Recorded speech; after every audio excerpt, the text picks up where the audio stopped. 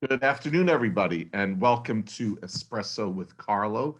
Now, a couple of you have texted me and asked, do you really drink espresso? So I don't know if you could see it with the background, but it's here somewhere. I do drink espresso during these things. But thank you for being here. We've got an incredible guest today, and I want to get right to him. But let me start by thanking the sponsors for Espresso with Carlo, Bravo, Global Infrastructure Solutions, Langen Engineering, Northwest Mutual, Pat DeSerbo, Siame Construction, and STV Group. Thank you, everybody, for your support and really for your support of the Building Congress's 100th anniversary, which we are going through right now. I think it's early March, and people I think are finally starting to pay attention to the mayor's race. For the political junkies watching, and I know there are many of you on here, today's the first day of petitioning. So you may see people come up to you with a long green piece of paper asking you to sign a petition. I know Ray's going to be out there getting signatures, and it's part of what you do when you run for mayor. Many of you watching us right now, I know of Ray McGuire or have heard of him, have worked with him, have seen him at events over the years. Ray is a true New Yorker. He's worked as the head of global corporate and investment banking at Citigroup for the past 13 years. By the way, interesting piece. I didn't know this, right? Longest tenured head of investment banking in the history of Wall Street. So that says a lot. Prior to Citigroup, Ray spent several years at First Boston, Merrill Lynch, Morgan Stanley.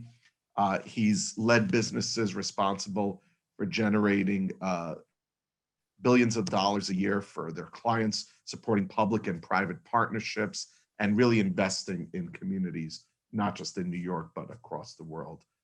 His mom was a social worker, his grandfather, a factory worker, janitor, and head deacon at his church, and his grandmother was the head of a church. I love telling some facts about people's history because I think it's important for New Yorkers to know who they are. Um, First in his family to graduate college, having attended Harvard College. He holds an MBA and JD from Harvard Business School and Harvard Law School. He served on the board of De La Salle Academy, school for gifted students living predominantly below the poverty line. And I think, Ray, I'm going to turn it over to you now because I don't want to steal your thunder, but a lot of the policies that you talk about, clearly the community that we represent at the Building Congress are very interested in. So without further ado, it's a pleasure and an honor to welcome Ray McGuire. Thank you, Carlo. Thank you to Building Congress membership and the board of directors. It used to be the case, Carlo, that I would have an espresso, maybe a double shot right about now. It's getting to the 2 to 3 o'clock hour in the afternoon where you need a little pickup. I don't have the option to do that today, so I start early. And so you're on my mind during the course of the day. And thank you for having me. I am Ray McGuire, and I am running for mayor. And yes, I grew up on the other side of the tracks in Dayton, Ohio, across the street from what was then the Howard Paper Mill. It has been designated by the EPA a toxic waste site, and the entire neighborhood has been razed. But that Howard Paper Mill used to sometimes emit fumes so strong that the only way we could breathe is to open the refrigerator door. And as Carlos said, my mother was a social worker. My mother is still alive. Last Sunday, she celebrated her 95th birthday. God bless her. Blessed and fortunate to have her. Thank you for that. And it was my mother who made it possible. She, along with my grandparents, raised me and my two brothers. And as a social worker, during that time, you know what it's like not to have. And so I know what it's like for her to have debated whether or not she was going to put food on the table or pay Dayton Power and Light or pay rent or put tithes and offering in the church. And I know what it's like to wash tin foil. I know what it's like to put those small ends of bars of soap together that many of us now discard, but we had to put them together to convince ourselves that we had a full bar of soap, at least it lasted longer. And I know the sacrifices that my mother made beginning in the 5th grade when the teacher came to her and says, Ray's got some talent. And there's a school they built in the south of town in the suburbs. And maybe you ought to think about sending him there. So I applied. I got in. We had no money. I got a scholarship. That began the first of my scholarships in financial aid. I went to that school from 6th to 11th grade. And in the 11th grade, I had a 4.0 average. I averaged 28 points per game playing basketball, and I was president of the school. Teacher said, you know, Ray, if you're as good as they say you are, go test yourself against the big boys and girls in the East. I said, okay, where are they? So she gave me a list of schools. I took a Greyhound bus around New England by myself at 16 and landed at a school in Connecticut where when I got to that school, kids had those little short sleeve shirts with alligators on them. Cost more than my entire wardrobe. But anyway, I endured there and prevailed actually and applied to colleges and got in and went on scholarship to Harvard College and then on to law school and business school at Harvard, all on scholarship. When I came to New York, I had three things. I had a great education. I had to me.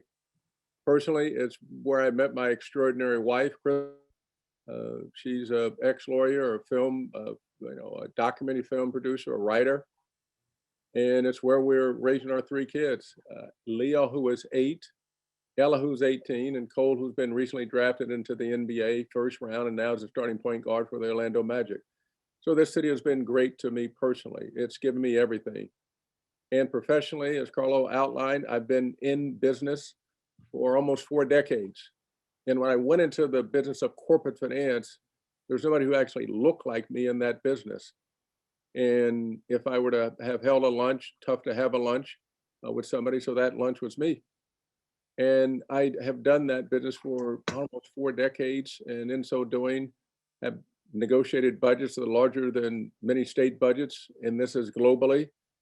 And you'll remember the depth of the financial crisis when city was on life support. I had to build and build a team of some of the best talent so we could grow our way out of that and lead. And so I've done that. I did that for longer than anybody else, which means that, as you know, there's a bottom line. And if you meet the bottom line, you stay. If you don't meet the bottom line, you go. And I've met the bottom line for longer than anybody else. And I've done that by growing the business. And so I take that lived experiences, I take what I've been able to accomplish in business, investing, and making certain that while I was a soul brother, S-O-U-L, that I wasn't a soul brother, S-O-L-E. And so I've been able to help businesses grow and think strategically and invest simultaneously.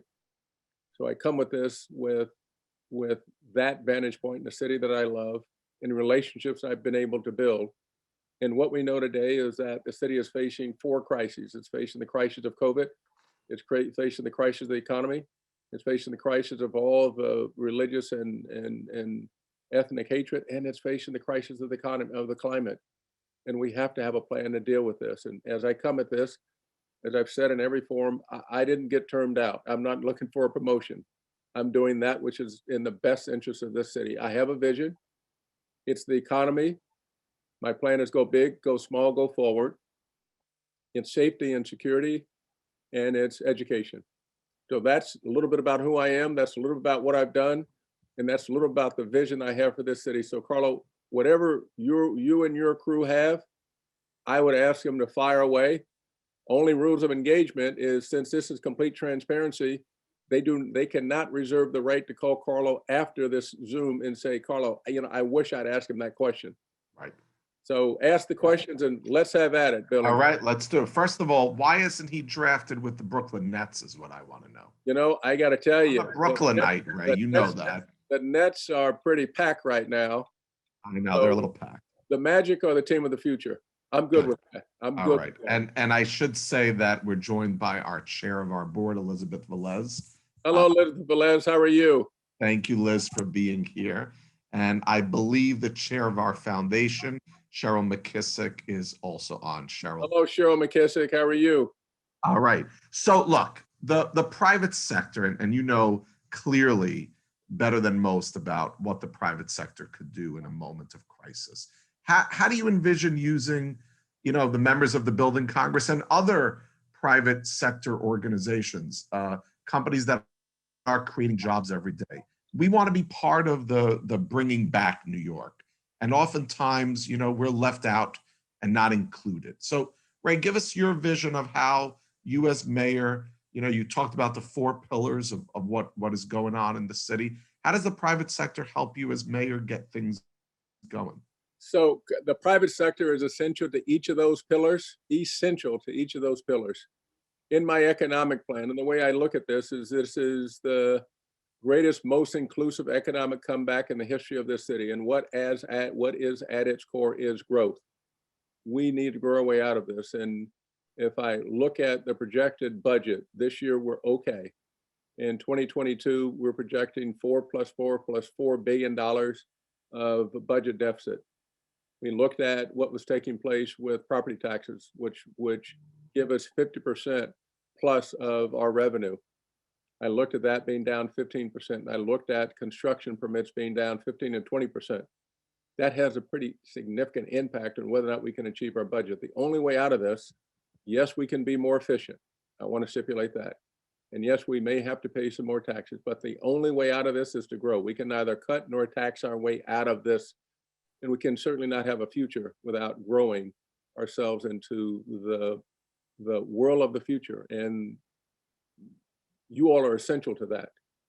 In my economic plan, go big, go small, go forward. Go big, at the heart of it is an infrastructure program that will create jobs, rebuilding roads and bridges, fixing subways, building truly affordable housing, and making the city more sustainable. And that's at the core of this. And I intend to invest also in workforce training so that those people who existed solely in an analog world can exist and have careers in a digital world. And you all are at the epicenter of that. So I want to be clear about this, Carlo. Building is essential to the revival and future of New York City. Talk a little bit more, because, obviously that excites people in our industry, because we represent, almost 1,000 companies, 250, 300,000 people that are working for these companies throughout the boroughs. Give us a little bit more about the infrastructure plan. And I'm a Brooklyn guy. How does your infrastructure plan help the boroughs as well? I think that's an important. So if you look at, as I have done, and look at the priorities that you all have set out for what you want to accomplish, and I've looked pretty carefully, Carlo, at the 2021 policy agenda, and I look at the impact that the policy agenda has, and I'm looking at it now, that the policy agenda has on how New York moves forward. And each of these projects has got to be essential. Gateway is essential. Midtown West is essential. NYCHA Homes essential. BQE essential. Outer Bridge Crossing essential. AirTrain LaGuardia, we're in the midst of JFK National Airport. What we do with Newark is going to be important. LIRR, the four new Bronx Metro North stations. All of these are essential to whether or not we have the right vision for the future. And my infrastructure plan is at the core of this. So we have to build basic infrastructure that I've outlined here, which gets to bridges and tunnels. And I didn't look at sewage here, but sewage is fundamental. So bridges, tunnels, repair what exists today and invest in what is going to be needed going forward. I was just at Westchester Square in the Bronx, and I looked at what are deplorable conditions there for the subway. And I mean, I'm looking at peeling paint, and I'm wondering what happens to that kind of exposure. And I look at the capital commitments that have gone over the 4 fiscal years, 2021 to 2024, and the proposals that have come up with capital commitments.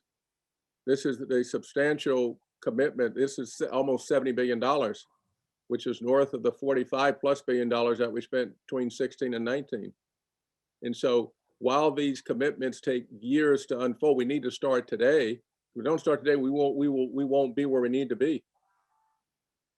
And so I'm looking very carefully at your projected budget from its peak of 60 billion now down to the latest report somewhere in the mid to high 50s. That's a lot of jobs. And I'm going from the peak down to maybe 120. We need to have more jobs. So in order for this city to grow, I need to have more jobs, and you all are going to provide those jobs. And we're here to partner with you on that. Ray, what do you see as, and I think one of, I would say the two things I've heard about you from many of our mutual friends is that you've been a visionary in understanding the new jobs or the new sectors or the new industries that were to be invested in for the future. And the second thing is that you've known how to find the right talent to help you build out whatever you were doing. Talk a little bit about both. What kind of talent do you look for when you're mayor? And then what are the industries that you think are the future growth potential for New York City? So great question. Let me tell you what is necessary in identifying the talent.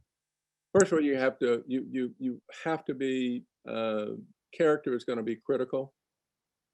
And I have had to build out of the crisis, which meant that I had to attract and retain. It's not just attracting, but you also have to retain the best talent. And what I know about that talent is that it had options, and that when it came to whether or not they're going to work with me, they could do more homework on me than I could do on them. And that homework translated into them placing their and their families' livelihoods under my leadership.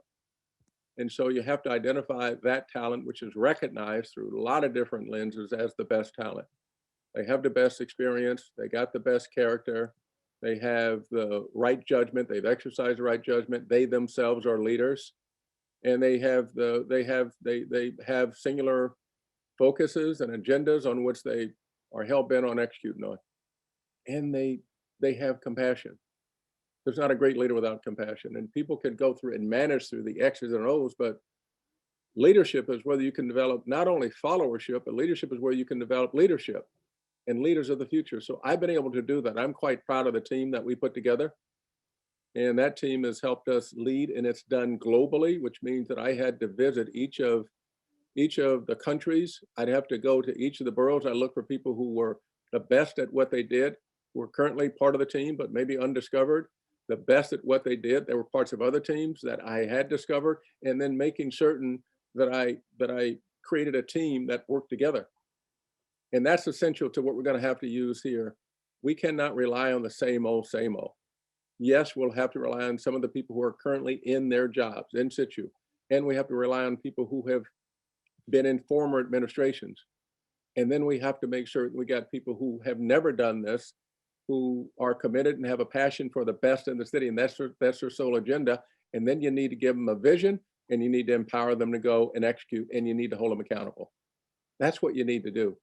And you have to serve as an example, because if they don't see you following your own vision and having to execute it in ways that you have credibility, street cred, then I got to follow you. With respect to how we think about the industries of the future, let's think about where we are lacking in the future. We're lacking in we have healthcare deserts, we have food deserts, we have transportation deserts. And what we're going to have to do is we have to build to satisfy those deserts, and we have to build both physically and we have to build digitally. We have to make certain that, for example, bike lanes that people have talked about, we build protected bike lanes. We just build bike lanes, and biking and having a carbon friendly environment is going to be critical. Building green and lead is going to be critical. Retrofitting existing commercial and residential spaces will be critical. Building out telemedicine will be critical. Building out digital infrastructure, broadband will be critical. So I think across the spectrum of where the world is going, and I look at examples around the world that I've experienced, and we are where we need to be in some, but not enough. So we have to build to the future. That's awesome. You know, one of the things that the mayor has a clearly oversized role in New York is on rezoning and land use, and really a very important thing to really many industries out there is how we use our land. Give us a sense of your priorities as mayor with regards to land use and ULURPs and rezonings, and what are some exciting projects you're thinking of, and how would you involve communities and boroughs in your thought process? So let me tell you the things that are going to be really important. You know, I've talked about truly affordable housing, building truly affordable housing, and you all know this. When we were really building, we built 2.2 units of housing for every new job. Today, we build 0.5 units of housing for every new job. And what has happened there is that the demand has so outpaced the supply that the place has gotten too expensive. And you all have an objective of bringing people into the middle class. Bringing people in the middle class means that they should be able to aspire to home ownership. And today it's too expensive. And so we need to make certain that truly affordable housing is available. that gets to truly affordable, deeply affordable, as the industry would describe it, in workforce housing. So I intend to make sure that that becomes a priority. The other priority is how do we go about, which is much longer term, healthcare. We're looking at public hospitals and private hospitals across the boroughs in deserts that exist today. Not only do we need to build urgent care centers, but we also need to build hospitals. Longer term projects, yes, but we need to be mindful that we have an aging population and healthcare is going to be that much more essential. So we have to build to the future, which not only includes physical spaces, smaller physical spaces and larger physical spaces, but we also have to make certain that the world of technology is built at. Takes me back to making certain that we built the appropriate infrastructure going forward. And what is really going to be important also is how do we treat outdoor spaces? What are we doing with outdoor spaces? How have we built parks and recreational areas? And what have we done to invest there? So those are some of the ideas that I think about. The other one that we can probably spend some time on here, Carlo, is what are we doing about the infrastructure? That in infrastructure defined by climate, identified that as part of the fourth existential crisis. What are we doing about climate resiliency? What are we doing in Hutch Point? What are we doing at Coney Island? What are we doing at Lower Manhattan? All of which we've had some resiliency plans on the drawing boards. Nothing's gotten done. The 100-year flood comes next year called Sandy 2. We're done. And the sandbag's not going to help us. So we have to build to that. We know we're exposed, so we have to build to it. And many of our members are truly attuned and focused on resiliency building across the world, not just in the United States. And it goes back to what we said earlier. Let's get the people that know their business at the table to help guide, how to build the right seawalls and the right infrastructure to prevent. And Sandy will come again. Sandy will come again. We just saw. And it will come again soon, right? It'll come. And we're right now, Carlo, we know we're not prepared. Your team knows we're not prepared. And unless we have a sense of urgency, we will remain unprepared until it hits, at which point your team's going to be called up and they're going to say, Carlo, we need some workers here now. We need to build this up. They're actually not going to say that. They're going to say we need sandbags. We need sandbags, and I need a few earth movers to get me some gravel here. That's not going to be enough. And it continues to be a reactionary mode as it's reaction. We cannot, we cannot be reactionary. Which is the situation we find ourselves in now. We've reacted too much. Correct. One of the current administration's big ideas and big plans was the closing of Rikers and the borough-based jail plan. Do you have a position on that, Ray? I'm developing that, Carlo. We need to do something. It's not clear that the borough-based jail is the answer. This is quite expensive. I got $10 billion or so estimated. And the more delays, probably the costlier it gets, although we may have had some discounting as a result of COVID and the decline in the construction permits. But I think we need to think more carefully about that. And I also think that we need to have more active preventive measures and programs and organizations in place so we don't have to build those jails. And, it may be somewhat idealistic, I get, but I think we ought to think more creatively about that and just tearing down one and building 4 more. It's going to cost us $10 billion. And while that does put people to work, it also creates a system that we're trying to reduce, if not completely eliminate, if not completely reduce. So I think it's more complicated than just do you bill or you don't bill. Well, we look forward to seeing your plan. Let's talk a little bit, since we're on it, quality of life, the role of the NYPD, public schools. I think, a great city is clearly not just about jobs, but it's why do people want to live here? And I think I've heard you say safety is one of the main reasons people stay in New York or want to be in New York. Tell us about your quality of life plan. Quality of life, I just came out last week, I guess it was, on my safety and justice plan, which identifies accountability at its core and a culture of respect, accountability, and proportionality. Respect has been breached in large part because of the $200 million a year that we pay for the serial abusers who are aggressively over-policing many of our communities. And so we need to address that. And the way I've gone about this is to appoint a deputy mayor for public safety, whose role is to interact with the NYPD on a daily basis. Today, it appears as though the office of the mayor has abdicated that responsibility. So I'm going to have a deputy mayor for public safety. I'm going to make certain that, and that begins the chain of accountability for for an officer who is a serial abuser or who we see committing some act. We're going to hold the entire chain of command responsible, so that it's just not the officer. It is the authority that says this has occurred on our watch. And I want to make certain that I create a office or emergency social services office bureau focused on 4 out of the 10 calls that go to 911, which have to do with mental health issues. We saw allegedly Mr. Lopez go into the subway and stab 2 people. We know that he's had mental health challenges, so we have to address that. So I want to invest in mental health organizations. And I want to invest in the community-based organizations that can give us the community centers and can arrest a lot of this. And I want to make certain that in my educational plan, which I'm prepared to have part of the justice plan, that we give our children jobs. I had a job, kept me out of trouble. And I want to make certain that when it comes to proportionality, as been said by many, if the only thing you have is a hammer, everything looks like a nail. In many of the Black and brown communities where this lack of trust comes in, it's like a head sledgehammer. So I want to return to community policing and make certain that we invest in the community through those organizations. And I want to make certain that the CCRB, the Civilian Complaint Review Board, is empowered to do with investigative authority. And what does that mean? Today, it takes 48 days to review cam footage. We'll make it available in 48 hours. So what I've attempted to do is to begin to focus on preventing, making sure that we have proportionality, making sure that we have accountability that ultimately rests with me, and making sure that we restore respect. The other thing that I will do is begin to focus on the iron pipeline, the I-95 iron pipeline.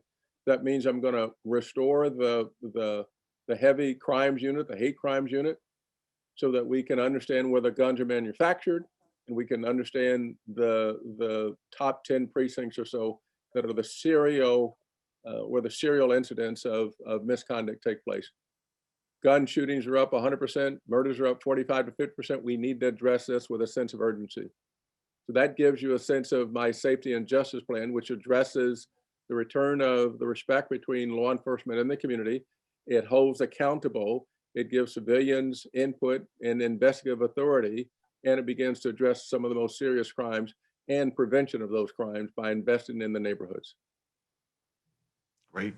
Let's pivot to education. One of the things we've started looking at least in our industry, is how to get young people, particularly young people of color, excited and interested in careers in construction and engineering and design, architecture, and young people who may be living in NYCHA or someplace else that are not, don't have a exposure to the world of architecture or design, and yet are better than and can compete with any person at Pratt right now. So we want to work with whoever the next mayor is to really help create a pipeline so that our member firms, which are some of the global leaders in design and construction and infrastructure, can really tap into the talent that's out there. And I know that's something you've worked on in your career and talked about, and talk about how we work together in education. Education, Carlo, is fun. It's fundamental to who I am. I wouldn't be without education. And today, Carlo, if I just look at what's taking place in the educational system, the state's report, the latest report, grades 3rd through 8th, Black and brown kids, 70% below proficient. 70%. I got 1 million plus students in the school system. And so there's no outrage. I'm asking, where's the outrage? So my plan is to start, and it's called Cradle to Career, and I must observe that others have been so attracted to it, they've adopted the same language, so I'll let that be another conversation. And why do I say that? Pre-K is good, it's important. We need to execute on it more and scale it. which means make it larger, but it's good. I need to start before pre-K because often our children are behind before they get to by the time they get to pre-K. I need to start at 0, and I want to start there with affordable child care, affordable parent care, because as we know, as these children are developing, they're learning. And then, Carlo, what I want to do, and I want to be held accountable for this. By the end of the third grade, every child in New York City can read. Why is that? Because between 0 and the end of the third grade, all the educators and all the scientists tell us, the data shows us that our children are learning to read. After that, they're reading to learn. Well, what happens if they never learn to read? We know the casualties of that already, and those casualties are only increasing in number. So I want to make certain, however I get there, current educators certify college students and pay them summer jobs to make certain that wherever in the faith-based communities, synagogues, mosques, temples, churches, cathedrals, community centers, libraries, whatever it takes, wherever it is that we can locate these kids and have them get educated for the summer, I want to do that. So no child leaves the third grade without being able to read. Then in the sixth grade, I want to start exposing them to career opportunities to make certain that they have digital literacy and financial literacy. And I want to expose them to being able to become a welder, become a painter, become an engineer. They can become a programmer, they can become a coder, but I expose them. I had a summer job. I dug footers. Guess they now call them ditches. I dug ditches. I laid tile. I changed bedpans. I DC'd IVs. I built boxes. Wow. Dress shop. I did it all. You know what? I felt good about me. Sure. And so I want these kids to have the same thing, beginning in the sixth grade, public-private partnerships. I need summer jobs. So by the time they graduate, Carlo, they can do one of 3 things. They can pursue the career job to which they've been exposed, or they can go to a 2 or 4 year college. But I'm responsible for that. They come to you and you go through apprenticeship program. And for those, Carlo, who today don't have a skill set and who have not been able to learn to read, I want to put $100 million into a program to get a bridge from those who don't have the basic skills to get the basic skills so they can then go to one of your sites and be an apprentice. And you know, it's interesting. I think, you know, we're fortunate at the Building Congress that labor is a big part of our mission, and the building trades and many of the trade groups are part of our membership. And I think many of them have been successful in really creating apprenticeship programs. And I think it would be a great partnership between the city, the private sector, and labor to pipeline. I think one of the things we've talked about, and I hear you talking about it as well, is to help these young people in technical careers also. And so if they, excuse me, if they don't want to go to college, then they can go into the technical careers and welding and all these things that our members say we need to find employees to do that. So that's exciting. Where do you see charter schools fitting in all this, Ray? I see charter schools, I see magnet schools, I see district schools, all fitting into my educational equation, for so long as they deliver the highest quality education. My standard is highest quality education, so I'm for whatever the parents choose for their children, I'm supportive of. I haven't gotten caught up in this debate. I won't get caught up in the debate because my sole focus is these kids getting an education, and I want them to advance and not be held hostage by their zip codes, which is today is the case. We agree. Let's get back a little bit to the economy. You know, New York is a wealthy city. It has some of the wealthiest people in the United States and the world live here, have created incredible companies and structures. And, you know, now there's talk about, do they stay here? You know, is Boca Raton's Florida looking more exciting to them? And what's your plan to keep companies here and keep people that, you know, pay 50% of our tax base, if not more, to stay in New York and continue to thrive here and build their businesses and their lives here? So let's go through the tax base. Income taxes are 14% of the overall revenue budget. So we can't tax our way out of this. I want to be clear. And while we have increased the expense run rate by $12 billion in 4 years, and yes, we can be more efficient, we will not be able to cut our way out of this. And so what I say to those New Yorkers, one, from a lifestyle standpoint, the last time, well, I thought about putting up a billboard here, Carlo, that showed the number of cultural institutions in New York and the number of cultural institutions across the state of Florida and across Texas. And yeah, admittedly, they have a few, but compared to what is offered here, and then I'll go through and do a list of the restaurants and figure out how they stack up. And I'll go through a list of all the great buildings that we have and see how that stacks up. And so I will go through and make a comparison for those people who've decided to temporarily decamp away from New York. I'll show them that comparison. After a while, they're going to say, where is my New York? And their New York is going to be here for as long as we keep it safe and for as long as we keep it growing. Today, the narrative is not an inviting narrative, and we have to change that narrative, which I will do. Remember, I want better policing, safe streets, better policing, and reallocate. And I want to make certain that those people who have left will come back, and all the people who still aspire to greatness and promise and jobs and a future, that this remains the place for that to happen. It remains the, I'm going to say, the capital of talent. I'm going to say that because actually I believe that. Just in other places have talent, but the capital of talent and ambition and drive is in New York City.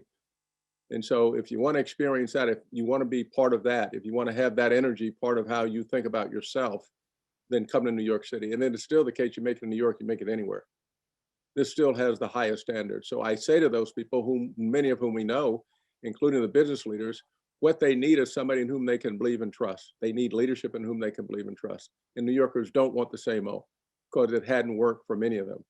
And for those for whom it has worked, they're feeling a little exposed today. And for those for whom it hasn't worked, they want something that does work. Not a press release, but somebody's got a track record of having executed. So that's what I say. Great. Well, let's keep him here. That's important. Two other topics before we go. Obviously, we are still dealing with COVID. Mm-hmm. Dealing with a medical and an emotional pandemic that has really hurt thousands and thousands of New Yorkers. We've heard about your economic plans. We've heard about your policing, but let's hear a little bit about the post-COVID and the lingering effects of the COVID crisis next year and the year after in New York. That is such an important question because we've yet to deal with it. We've yet to begin to appropriately manage COVID and the dissemination of the vaccine. Although COVID numbers are encouraging because the numbers are going down, the dissemination of the vaccine is still at a pretty small percentage of New Yorkers. If Dr. Fauci's assessment that by the end of the third quarter, you're going to have a much higher percentage of the country and New York City vaccinated, then I'm encouraged by that. But we've yet to think through the emotional and healthcare challenges of post-COVID, of which there will be a significant amount, starting with our children and going from our children to our seniors, to our parents. And each of us has had to go through COVID in ways that we've never experienced anything like this, other than maybe some of the older citizens that we have here, some of the seniors, but for the most part, New Yorkers haven't experienced anything like this emotionally. And certainly our kids haven't. So we need to make sure that we have invested enough in our mental health care professionals to be able to deal with this. That's one, that's emotional well-being. The other is physical well-being. For those who have managed to live through COVID, what are we doing for those people who have lingering effects, especially the ones in the healthcare deserts? And we've yet to put the technology in place. We certainly don't have the physical facilities in place to deal with this. And that's got to be a sense of urgency. Otherwise, we're going to fail New Yorkers once again. And it's so critical because we don't know the answer to that, and we won't know it. And we haven't planned for it. We know it exists. Factually, we know that, but we have yet to plan for it. There's not been one plan that I've seen, and maybe others have seen it, but not one plan I've seen is this is going to manage a post-COVID environment. Great. NYCHA. I know you've had your comments on NYCHA. It is almost an embarrassment what is happening to people who live in NYCHA. And I think we all collectively should be ashamed of ourselves that in a city like this, that there are people living under these conditions. We've got, and I repeat this often, we have some of the greatest builders and engineers and architects as part of our membership and board that, if you allowed them, they could build you and rebuild NYCHA for you within a decade, literally rebuild an entire system. And the private sector is not always included in that. Give us your vision for a new NYCHA under a Ray McGuire mayor. We have to, it's 85 years old. I got almost 500,000 work orders outstanding, 130-day average open ticket. You have there a system where the conditions are deplorable, a bureaucracy that's dysfunctional, and residents who are miserable. And we've not done anything about this at all. And so that needs to be the highest priority. And yes, we can put capital towards it, as others have suggested, and I will agree with that approach, but we need an overall overhaul of NYCHA, because we've had all the promises by all the past administrations and it's gotten worse. The mold has gotten worse. The infrastructure of NYCHA has gotten worse. The whole way to enter into NYCHA home has gotten much more suspect. And so I would expect that I would get first the residents of NYCHA, the tenants association, in to work with me, and then I would bring in the people who can help fix it. But like many of the programs that have been outstanding, Carlo, where the community hadn't been involved from the outset and where labor hadn't been involved from the outset, these projects have not gone forward. Lessons learned, how I manage is bring the people who are going to be the most impacted into the room early so they don't ultimately get hijacked, nor does a narrative get compromised, which is exactly what's happened. And a dysfunctional system will remain dysfunctional until you have some leader who comes in and changes it. All the other prescriptions that people are talking about are going to be the same freaking prescriptions. In the past 20 years, the situation's gotten worse. Leadership has been ineffective and no vision and no conversation. The Tennis Association and CCOP, the presidents of the Tennis Association, need to have a sit down with you and with others, if they haven't, just to plan out what is going to be required for us to come together to at once fix NYCHA. Who's doing that? Nobody. Nobody. Time for a remedy. The mayor has been called the second hardest job in America. Obviously, you don't control your own destiny, unfortunately. You have Albany and Washington. And what's the Ray McGuire style of dealing with the governor and the president and the majority leader of the US Senate and the Speaker of the Assembly and the Council and majority leader of the state Senate? I mean, you've got so many forces around you that you have to go to and ask for things for. How does Ray McGuire handle all that? So, in order for me to have stayed in my leadership role for as long as I did and manage that business globally for as long as I did, you have to develop relationships. You have to understand how to engage with respect, how to engage constructively, how to be transparent, how to hold yourself accountable and to identify where you have succeeded and where you have not. And you develop credibility that way. And you develop relationships over the long term that way, which is what will be needed. And what happens is a relationship of trust that people don't think you're trying to game them. They think that you're trying to work with them. So if your agenda is clear, they're more likely to engage with you, which is why I say I don't owe anybody anything, zero, bupkis, nothing. And how do you have to go about that? Where are the relationships important? Federal government's relationships are very important. I introduced Vice President Kamala Harris to New York. Relationships with the senators. I've been the longstanding supporter of the senatorial and congressional leadership, I don't know, for years, as a supporter not only of their personal stories and their personal campaigns, but also of the Democratic Party. And then you also need to make sure, so that's the senatorial and congressional. We have to have a constructive relationship with the governor. It has to be constructive. There's not one area of greatness of this city where there was not a constructive relationship between the mayor and the governor. So that has to happen. And then you have to work with city council. You got to work with the city council, with the 51 members, all have different varying agendas, but you got to show leadership. You got to be transparent. And then you got to go work with the people in the neighborhood. You got to work with the communities. And so that's how I would think about it. You would expect that I will have as my highest priority, which is my North Star, is always what's in the best interest of New York City. I'll be completely transparent about that, so there will be no ambiguity. But I also, with that, know how to work with and engage people and involve them and partner with them, which is what this ultimately is all about. Even the people with the biggest egos, if you partner with them, you can somehow manage that. And I'm okay with doing that. You got to understand, Carlo, is a 6'4", 200-pound black man running a global business, and a whole bunch of people look like me out there. I can learn. So you got to take notes from the best of them, figure out how you're going to navigate. And then build from there. And you build from there, which is what I've been able to do in my career. I got a track record with receipts. We love it. So let's ask some fun questions. Fire away. Yankees or Mets? Yankees. All right. I'm going to ask you Nets or Knicks, but it sounds like you're an Orlando fan. Well, I'm going to go Magic. The way I look at this, I go Magic, Knicks. The Knicks have just arrived. Okay, Yes. They're still new. Getting here. Okay, I'm going with Knicks. I'm going with my man Oakley and Patrick. I'm Knicks on Clyde the Glide. You're a classic, Ray. I'm telling you, Willis Reed coming to that locker room. Who you get chills in that today? Come on. I agree. I hate when people ask me this question because that's okay. You're going to ask me anyway. So I'm going to ask you. I know too many people in the restaurant world, but any favorite restaurants that you've come across and it just places you love that you want to give a little. Lots of them.